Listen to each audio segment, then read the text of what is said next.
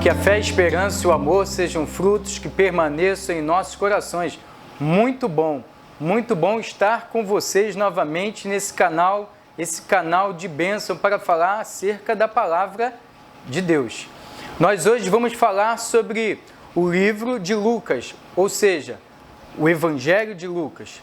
Nós sabemos que temos 4 evangelhos: Mateus, Marcos, Lucas e João. Mas hoje nós vamos nos deter no livro de Lucas. É sempre bom falar, quando estamos falando sobre os evangelhos, separar os 3 primeiros. Mateus, Marcos e Lucas são conhecidos como os evangelhos sinóticos.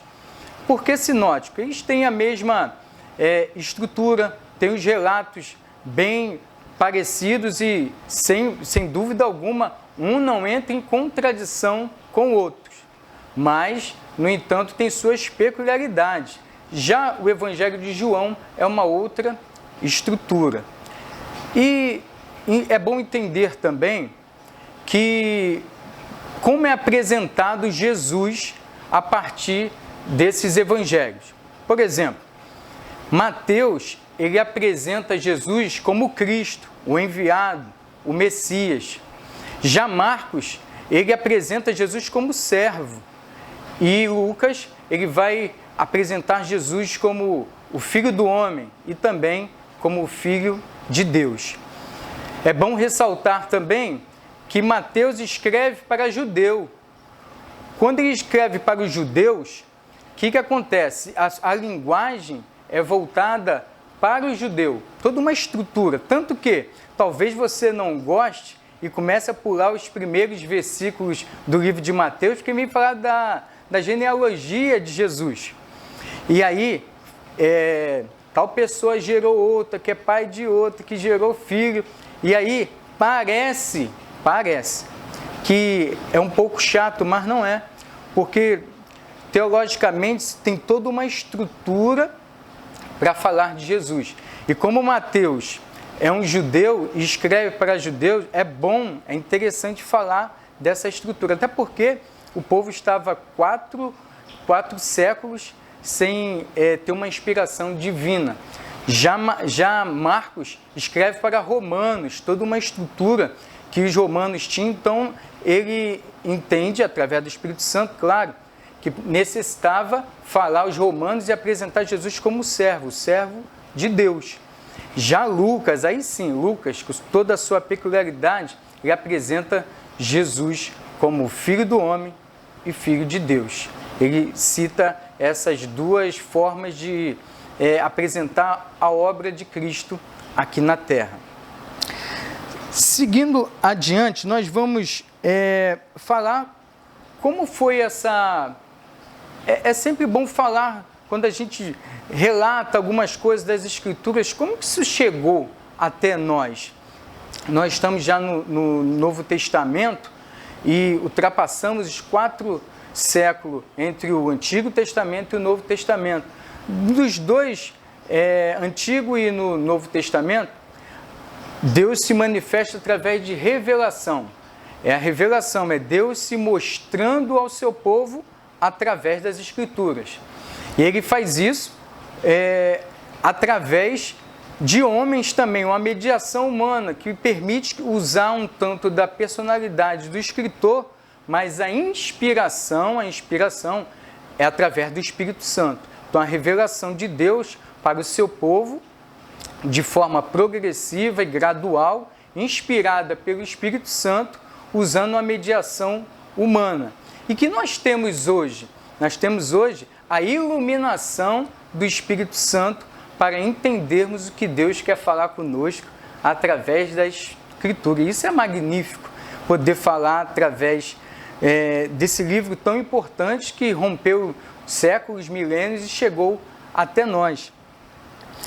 E essa inspiração a gente pode comprovar em 2 Timóteo 3,16, que diz assim, Paulo dizendo: toda a Escritura é inspirada por Deus e útil para o ensino, para a repreensão, para a correção, para a educação na justiça. Não resta nenhuma dúvida que a Bíblia, em nenhum momento, do Antigo Testamento ao Novo Testamento, não tem nenhuma contradição. Ela é totalmente inerrônea.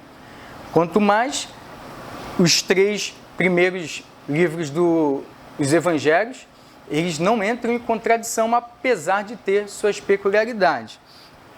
Quem é esse escritor do livro de Lucas, Evangelho de Lucas? O próprio Lucas.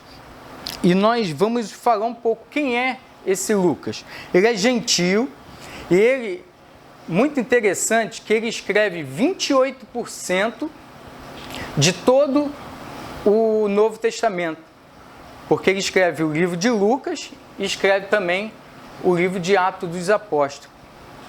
Ele era conhecido como companheiro fiel, médico amado, um exímio escritor, pesquisador. Porque já que ele não foi testemunho ocular de todo o ministério de Cristo, ele foi conversando, pegando os relatos de forma muito interessante, a ponto de escrever um excelente legado da revelação de Deus para nós. Chegou para mim, chegou para você também. Lucas, ele escreve de uma forma de um grego muito apurado. Os estudiosos dizem que faz uma diferença enorme, porque ele era grego e escreveu também para os gregos. Em que ano? O ano de 60 depois de Cristo. Ora, nós sabemos que ele escreveu para os gregos e toda aquela estrutura que nós já falamos dos livros sinóticos. Ele também se relacionou muito com personagens da Bíblia, no qual eu conheço, você conhece. Eu vou citar alguns como Filipe, Silas, Barnabé, Marcos, Timóteo, Tito, Tiago, Judas, também irmão de Jesus, o apóstolo Pedro e o apóstolo João também. Nós, logo no primeiro capítulo do livro, nós encontramos um relato do próprio Lucas, dizendo a partir do que ele já tinha encontrado. Porque nós podemos levar em conta que o primeiro livro a ser escrito do Novo Testamento foi Marcos, depois Mateus, depois Lucas. E por que Mateus vem antes de Marcos, já que Marcos foi o primeiro livro?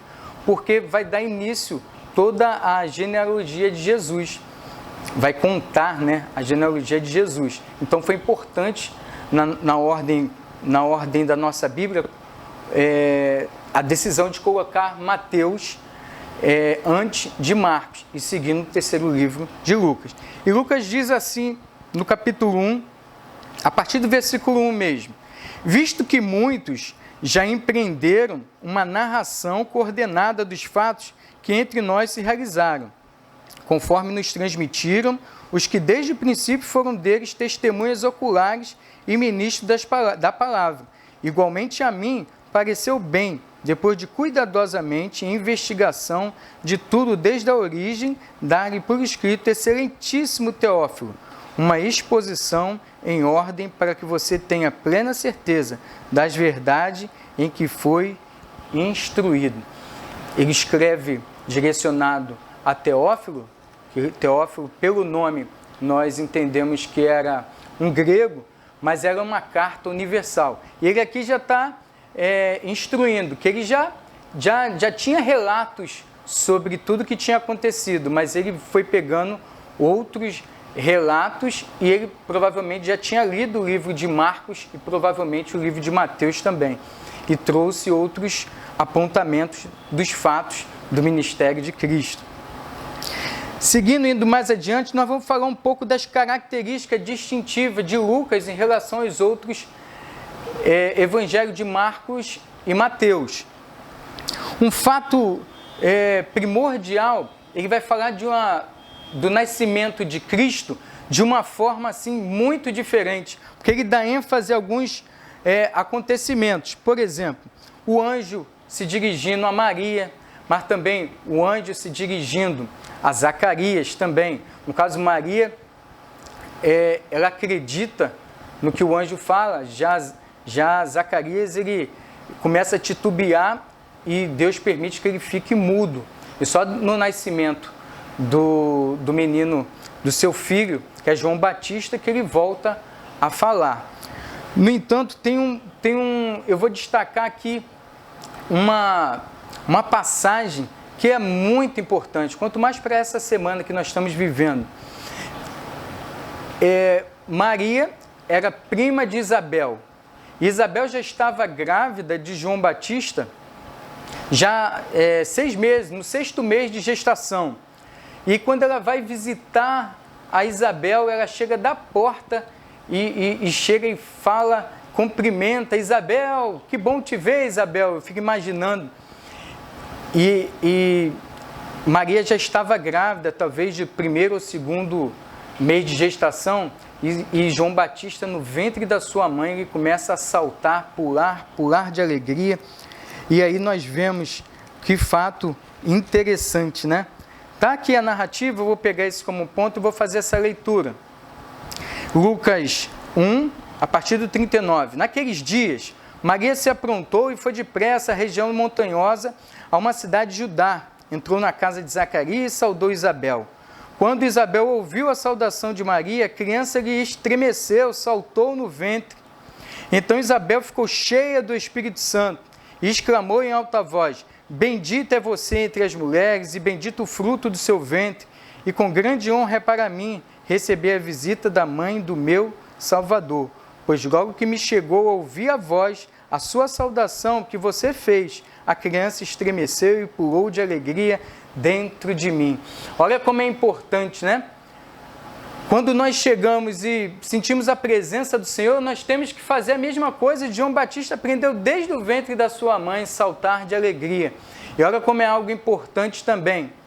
E os estudiosos, depois de muito tempo, foram atentar para que o feto, ora, dentro do ventre da sua mãe, bem protegido, mas ele sente toda a emoção da mãe. Ele ouve, ele percebe as coisas que acontecem. E aquele feto com 6 meses, ele percebe tudo que está acontecendo. Na hora de perceber o Salvador estava ali. Eu fico pensando, a partir disso, como uma pessoa tem coragem de pensar no aborto. Nós vimos aqui nos relatos da Bíblia, não tem da onde eu não estou falando tão somente de ciência, mas também a ciência em nenhum momento consegue desmentir a Bíblia, que 6º mês de gravidez, seja outros anteriores também, há uma percepção, uma vida. Quando há um encontro do espermatozoide com o óvulo, já dá início à alma, já existe ali uma alma. E eu fico constrangido quando um cristão se diz a favor do aborto, no qual a palavra de Deus nos mostra que quanto é importante. Olha como tem essa ligação. Imagine João Batista ouvindo, quer dizer, percebendo a presença do Salvador. Será que um feto, ele não percebe tudo o que está acontecendo? E quando acontece de alguém tirar a vida de um inocente, seja por qualquer situação, será que não percebemos que a própria Bíblia aponta para que há uma alegria e também há momentos de tristeza, isso tudo revelado de acordo com as circunstâncias que vão sendo os acontecimentos? É muito importante refletirmos sobre isso. Muito importante, é uma das passagens mais lindas da Bíblia. E só Lucas relata sobre essa passagem. Lucas também vai dar uma ênfase muito grande à oração. Nós podemos destacar, Lucas mostra grande interesse pelo ensino da oração. E um dos pontos é que ele ora, o próprio Jesus ora por Pedro. Ele ora por Pedro e dizendo que Satanás estava se andando, buscando tragar a sua vida, e o próprio Jesus ora, intercedendo por Pedro. Daí dá uma ênfase muito grande que nós devemos orar e orar bastante. Se ele falou do nascimento, da oração, também é Lucas, aquele que tem uma visão um pouco mais pessoal, um pouco mais humana de Jesus. Até porque ele chama Jesus de Filho do Homem. E é bom entendermos um pouco mais sobre isso. O povo menino foi evoluindo, foi crescendo até se tornar mais maduro. E na plenitude dos tempos veio Jesus, e encarnou e habitou entre nós, Filho de Homem. E até que esse homem, que é homem, que deveríamos ser, mas foi necessário Jesus, Deus, encarnar e se tornar homem, e filho de homem também. O próprio Daniel, no seu livro, ele também faz uma alusão ao que seria o filho do homem. E diz assim, Daniel, capítulo 7, do 13 ao 14, que diz assim: eu estava olhando nas minhas visões da noite, e eis que vinha como nuvem do céu alguém como um filho do homem. Ele se dirigiu ao ancião de dias, e fizeram chegar até ele, e foi-lhe dado todo o domínio. Ou seja, Daniel é um profeta do Antigo Testamento que tem uma visão do futuro, e uma visão em que chegava um que era semelhante ao Filho do Homem, e tinha todo o domínio. Esse é Jesus, que depois de muito tempo, muitos anos, é apresentado Lucas. Aliás, Lucas apresenta Jesus também como Filho do Homem e também como Filho de Deus. Por apresentar apresentar Jesus como Filho do Homem, ele dá um toque muito pessoal da humanidade de Jesus. Tanto que, além do nascimento de Jesus, a oração, Lucas é o que expõe Jesus valorizando muito a mulher. Ora, se teve um evangelista que deu um destaque grande às mulheres nos acontecimentos de Jesus, esse foi Lucas. A mulher na época de Jesus, ele nem era contada, muito menos as crianças. Então Lucas vai dar uma ênfase nas mulheres, que Jesus valorizava as mulheres e as crianças. Lucas apresenta a importância da mulher e a aproximação de Jesus com as mulheres e as crianças, dizendo: deixe vir a mim os pequeninos, porque deles é o reino do céu. Ele também dá ênfase aos milagres, a 4 milagres em relação a Jesus e a sua realização de milagres: a ressurreição do filho da viúva, a mulher do espírito de enfermidade, o homem hidrópico, ou seja, o homem com barriga d'água, os 10 leprosos. Jesus deu ênfase a que esses milagres não são encontrados nos outros evangelhos. E em relação a algumas parábolas também, e mais à frente a gente vai falar de uma específica, algumas parábolas deu muita ênfase também Lucas, que não foi dado aos outros evangelhos. E claro, né, porque como ele era médico, ele dava uma ênfase muito grande ao interesse terapêutico medicinal. Assim como Mateus era cobrador de impostos, deu uma ênfase quando ele relata a quantidade de moedas de prata no qual Judas traiu Jesus, ele fala assim, foram 30, ele é específico porque ele lidava com dinheiro também, né? Lidou bastante com dinheiro. Então ele é específico em falar a quantidade de moedas. Já o Evangelho segundo Lucas, ele vai especificar algumas coisas de terapia medicinal. E aí a gente tem algumas citações de Lucas. Ora, a sogra de Simão, a sogra de Pedro, achava-se enferma com febre muito alta. E foi Jesus que curou. Está vendo ele dando detalhe da enfermidade da sogra de Pedro? Há uma tradição dizendo que foi por isso que Jesus foi traído por Pedro, porque ele acabou curando a sogra dele, já estava esperando, é dessa vez que minha sogra vai embora, mas Jesus foi lá e curou. Isso é uma tradição, a gente acha que é mais fofoca, né? Mas dizem que foi isso que aconteceu, a gente não acredita muito nisso não. Mas olha os detalhes que ele aponta aqui: estava com febre alta. Só um médico tinha capacidade de identificar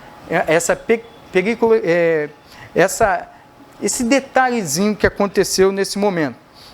Outra situação: os sãos não precisam de médico uma citação de Jesus, né? Ele não veio para os sãos, ele veio para aqueles que precisavam dele. Ora, achava ali um homem cuja mão direita estava ressequida. Por que ele não falou o homem que estava com a mão ressequida? Ele falou a mão direita. São detalhes que só um médico diria. Certa mulher que havia 12 anos vinha sofrendo de uma hemorragia. Só é citado isso por Lucas também, o médico amado. Quem diz o médico amado é o apóstolo Paulo. Nós vamos ver também que Lucas, ele dá uma ênfase muito grande, que Lucas fala do Espírito Santo, da obra do Espírito Santo no ministério de Jesus. Ele atua na concepção de Jesus. O Espírito Santo, ele desce sobre Jesus no batismo. Ele guia Jesus até o deserto para ser tentado pelo diabo. É ele o dom de Deus aos seus filhos. Ele é exultado por Jesus quando os 70 foram ao sucesso a missão na sua volta. Ele é o objetivo da profecia bíblica. E uma das partes mais bonitas, ele é quem concede poder às pessoas. Lucas diz isso em Lucas 24, 49. É o Espírito Santo que concede poder às pessoas. Paulo vai dizer que nós somos vasos de barro com um tesouro muito grande dentro de nós. E esse tesouro dentro de nós é o Espírito Santo, que convence o homem do pecado, da justiça e do juízo. E Lucas vai dar muita ênfase à ação do Espírito Santo no ministério de Jesus. O Evangelho de Lucas, ele também aponta e dá uma ênfase, assim como deu às mulheres e também deu às crianças, ele vai dar uma ênfase muito aos desprezados. Existia uma turma, algumas pessoas que eram desprezados pela sociedade. Assim eram os samaritanos. Os samaritanos eram um povo que também eram remanescentes, aqueles que não foram cativos na Babilônia, permaneceram. E quando o povo de Israel volta, ou seja, o judeu volta para a terra, para Jerusalém, existiam aqueles samaritanos que não tinham sido levados cativos. E havia uma discriminação muito grande, uma rivalidade, eles não se falavam.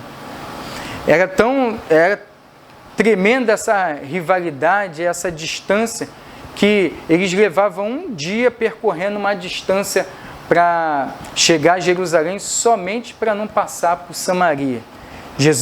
Lucas narra que Jesus quebra todo esse protocolo e se aproxima da mulher samaritana e houve uma grande transformação daquela mulher junto àquele tanque. E Jesus valoriza os samaritanos. Por isso que eu acredito que o Evangelho ele é tão especial, porque ele é completo. Não precisamos levantar nenhum outro tipo de bandeira, de ideologias. O Evangelho ele é suficiente para nós cristãos, porque é ele que aponta Jesus olhando para as pessoas de maneira igual. Não há separação, também não há privilégio. E nós vemos isso de uma forma bem gritante, também Paulo dizendo aos Colossenses da seguinte maneira: aqui não pode haver mais grego, judeu, circuncisão e circunciso, bárbaro, cita, escravo, livre, mas Cristo é tudo e está em todos. É um evangelho que aponta que Cristo é o centro, mas Cristo é tudo e está em todos. Não há necessidade de levantar nenhum tipo de bandeira, e sim a do Evangelho, que aponta um Jesus que não deixa desprezado ninguém. Seguindo adiante, existiam os pecadores, que eram desprezados pelos fariseus, os escribas, os saduceus, no qual se denominavam os doutores da lei. e desprezavam todos aqueles que, segundo eles, não estavam seguindo a lei. E Jesus faz uma narrativa da parábola do filho pródigo muito interessante, no qual o filho mais jovem, representa os pecadores que se arrependem de forma genuína e Jesus dá perdão. Já o filho mais velho é o exemplo da falta de piedade, compaixão e ilustra a hipocrisia daqueles doutores da lei. Jesus se relacionava com os pecadores. Ora, se quisermos que esse evangelho maravilhoso alcance o pecador perdido, nós temos que nos relacionar com a comunidade, temos que relacionar com as pessoas. Só assim nós conseguiremos ganhá-los para Cristo. Agora, se eu me afasto deles e eu me sinto só porque eu sou cristão melhor que eles, isso é um tremendo pecado e não vamos ganhar ninguém para Cristo. Nós entendemos dessa forma que não precisamos ser influenciados por eles, mas devemos se influenciar. E só conseguiremos se nos aproximarmos dele e não mantermos uma distância tão grande no qual não possamos nos relacionar. Está aí Jesus sendo apontado como um Jesus mais pessoal por Lucas, que se relaciona com as pessoas. Ele é o evangelho que vê os desprezados em relação ao malfeitor da cruz. Nós vamos nos aproximando do final do livro de Lucas, no qual Jesus é crucificado e está entre dois malfeitores. A Bíblia não relata se eram ladrões, mas eram malfeitores. E um deles diz assim, vira para Jesus e Lucas narra, que diz assim, se tu és o Cristo, se tu és o Messias, salva-te a ti mesmo e salva nós também. O outro malfeitor do outro lado de Jesus diz assim, olha, nós estamos aqui porque nós merecemos, mas este homem não fez mal a ninguém. E Senhor, ele chama Jesus de Senhor. Senhor, lembra-te de mim quando entrares no teu reino. E aí Jesus, no capítulo 23, versículo 43, diz assim, em verdade te digo, que hoje estarás comigo no paraíso. Eu não sei o que aqueles homens fizeram, mas eu sei que Jesus não desprezou. Eu não sei se eles eram ladrões, eu não sei se eles eram estupradores, eu não sei se eles eram pedófilos, eu não sei o que eles eram. A Bíblia relata que eles eram malfeitores. E o próprio Jesus disse para aquele que se arrependeu dos seus pecados, ele disse assim, hoje mesmo estarás comigo no paraíso e numa outra ocasião estará com ele no céu. Ora, quem sou eu para desejar a morte de alguém? Se o próprio Jesus perdoa pecados, eu não sei ao certo o que aquele homem fez, mas sei que ele se arrependeu. O Lucas, ele narra Jesus como um Jesus pessoal, filho do homem, filho de Deus, que se relaciona e não despreza um coração arrependido. Nós entendemos que a importância dos relatos de Lucas, entendemos que o Evangelho, ele é muito bonito nas Escrituras e é lindo, revelação de Deus para o seu povo, para nós, que chegou até nós, inspiração do Espírito Santo, mas ele é muito bonito quando ele é posto em prática também. Que possamos aplicar para as nossas vidas, para os nossos comportamentos, muito da obra de Cristo, descrita por Lucas. Que Deus possa te abençoar grandemente. Até a próxima. Deus te abençoe.